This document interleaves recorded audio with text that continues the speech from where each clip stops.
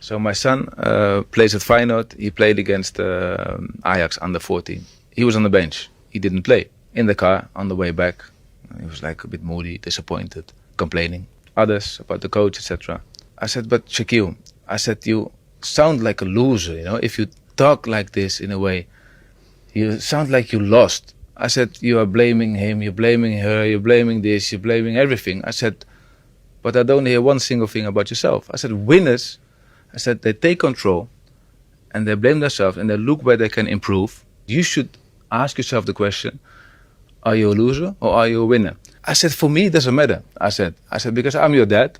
I said, the only job I have and your mom has is when you're 20, that you're a good boy, that you're ready for life. You know, you can make your mistakes, you can do what you want. I love you for the same amount. It doesn't matter for me if you make it as a football player or not. I said, but you say that this is your passion. So you should take control of your life and stop complaining because it sounds like a loser. I said, and I don't mind. If you want to be a loser, be a loser. I still love you as much. I said, it doesn't matter for me. I said, but if you want to be a winner, take control of your life and stop complaining about others.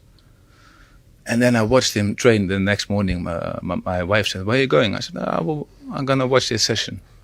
2 days later, actually, because they played on Saturday and Monday morning. So I'm there sitting, cold, hoodie on. I'm looking and I see this tiger training, running, working. And I was like, okay. He realized he has to take control of his life.